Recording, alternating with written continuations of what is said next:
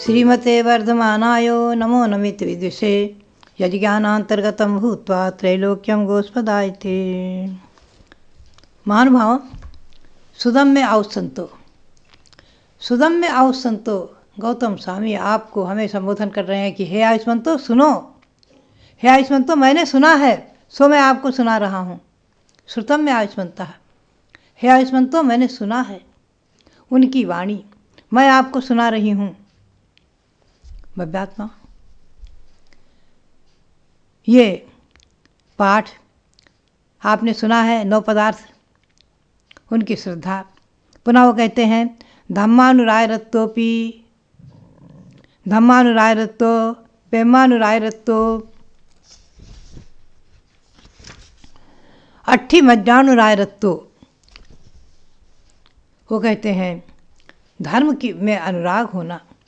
श्रावक का कर्तव्य क्या है? श्रावक हो चाहे साधु, धर्मानुराग रत, धर्मानुराग रागी, इसकी मैं आपको, और प्रेम में अनुराग रागी, और कैसा अनुराग हो? अट्ठी मज्जानुराय रत्तो। जिस प्रकार से अस्थि यानी हड्डी का मज्जा के साथ संबंध जुड़ा रहता है, उसी प्रकार से धर्म के प्रति अस्थि मज्जा जैसा अनुराग होना चाहिए। ऐसा संश्लेष संबंध। कितने सुंदर शब्द हैं।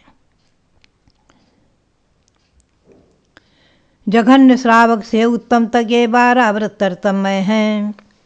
शिक्षा व्रत 4 कहे, पुनरव्य अभ्रावकाश तृतीय व्रत है। जघन्य श्रावक से उत्तम तक 12 व्रत तरतमय हैं। इसमें अभिमत जीव और जीव, इसमें अभिमत जीव अजीव उपलब्ध पुण्य रूपाप कहे।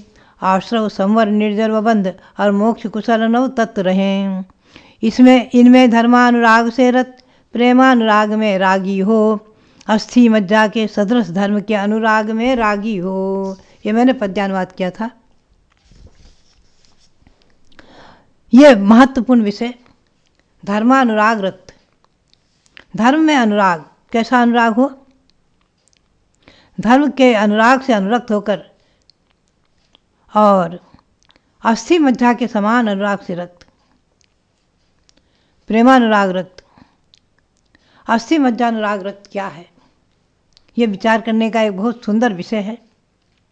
जैसे अस्थि यानी हड्डी मज्जा नामक धातु से निरंतर संलग्न रहती है, उसी तरह स्वधर्मियों के साथ प्रीति का होना, सघन प्रीति का होना, धर्म में सघन प्रीति का होना, जिनेंद्र भगवान में सघन ऐसी घनी प्रीति का होना, इसका नाम है अस्थि मज्जा अनुराग रक्त। अस्थि मज्जा अनुराग रक्त, ये गौतम स्वामी के वचन हैं। इसमें इस संदर्भ में एक छोटा सा उदाहरण मुझे याद आ जाता है पद्म पुराण का। पद्म पुराण में एक छोटी सी कथा आई है, बड़ा सुंदर प्रकरण है। विद्याधर राजा, रावण के पिता विद्याधर राजा, रत्नश्रवा राजा, उनकी महारानी केकसी।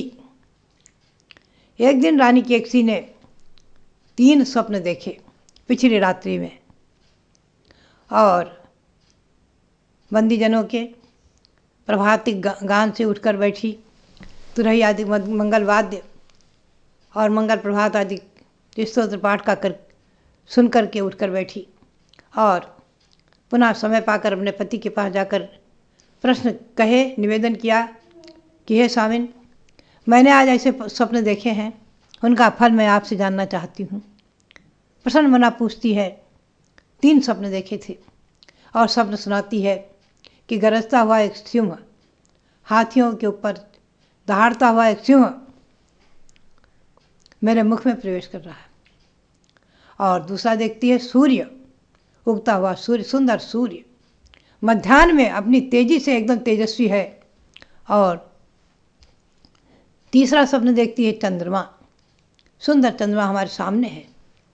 महाराजा रत्नश्रवा विचार करके, और अच्छे प्रबुद्ध विद्वान थे, उन्होंने कहा, हे महारानी, आपके 3 स्वप्न सूचित करते हैं कि आप 3 पुत्र को जन्म देगी।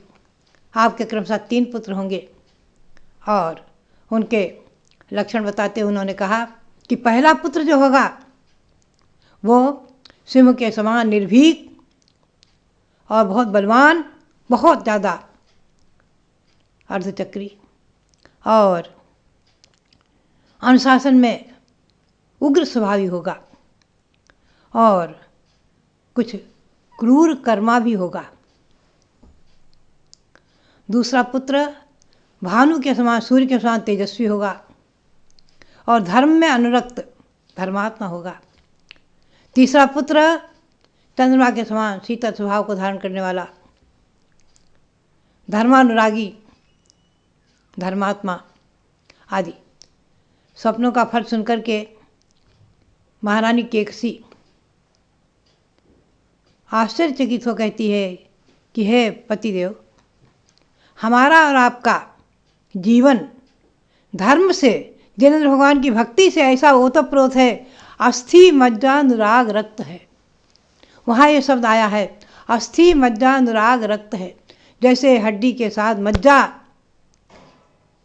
संलग्न होती है, निरंतर उसी से संलग्न रहती है, उसी प्रकार से हमारा और आपका जीवन, हमारा और आपका मनोयोग, हमारी और आपकी चर्याएँ, क्रियाएँ जिनेंद्र भगवान की भक्ति, जिनेंद्र भगवान की पूजा, जिनेंद्र भगवान की वाणी से ओतप्रोत हैं, एक में एक है, अनुस्यूत हैं, अस्थि मज्जानुराग के समान है। ये अस्थि मज्जानुराग रक्त शब्द मुझे उस पद्म पुराण में जब मैं पढ़ती हूँ, कभी भी कोई प्रसंग आता है तो यहाँ गौतम स्वामी के शब्द याद आ जाते हैं और इन्हें जब पढ़ती हूँ तो वो पंक्तियाँ पद्म पुराण की याद आ जाती हैं, स्मरण में आ जाती हैं। इसीलिए मैंने आपको सुनाया। तो महाराजा रत्नश्रवा क्या उत्तर देते हैं तो सुने आप। वो कहते हैं, हे महारानी, माता और पिता जन्म देने के अधिकारी होते हैं। माता और पिता जन्म देते हैं, संतान को जन्म देते हैं, उनके संस्कार जरूर रहते हैं, फिर भी आगे उसका कर्म, पूर्वकृत भी कर्म कारण बनता है। तो इसलिए वो धर्मात्मा भी होगा, हमारे और आपके संस्कार भी उसमें रहेंगे, लेकिन इसके साथ धर्मात्मा होकर के भी, धर्म का पालन करते हुए भी कुछ उसमें क्रूर कर्मा, पूर्व के पाप के निमित्त से या पूर्व कर्म के निमित्त से रहेंगे, क्रूर स्वभाव रहेंगे, जिससे वो आगे अपनी कर्म का, अपने पुण्य पाप का भागी होगा। इसमें हम और आप कुछ नहीं कर सकते। महारानी कहती है, महाराज, अमृत से विष की बेल कैसे होगी? रत्नश्रवा हंसते हैं, हंसकर कहते हैं, ऐसा नहीं है। किसी के लिए कभी अमृत भी हानिप्रद हो जाया करता है, नहीं गुण करेगा। अमृत भी कहीं विष हो जाता है।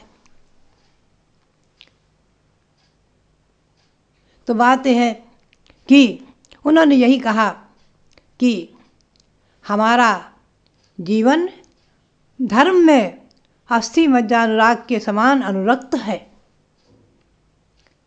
मैंने ये शब्द वहाँ से लिया, फिर भी क्रूर कर्मा पुत्र हो गया, रावण नरकगामी हो गया। और आगे उसके संस्कार धर्म के तो थे, जैन धर्मी था, भगवंतों की पूजा खूब की है, उसका फल भी उसे आगे मिलेगा, आगे महापुरुष बनेंगे। नरक से निकल करके, नरक में समत्व प्राप्त कर लिया है, नरक से निकल करके और अनेक अच्छी उत्तम गतियों को प्राप्त करेंगे। जीव जो है अपने कर्म के अनुसार सुख दुख के भोक्ता देखा जाता है। कोई धनी है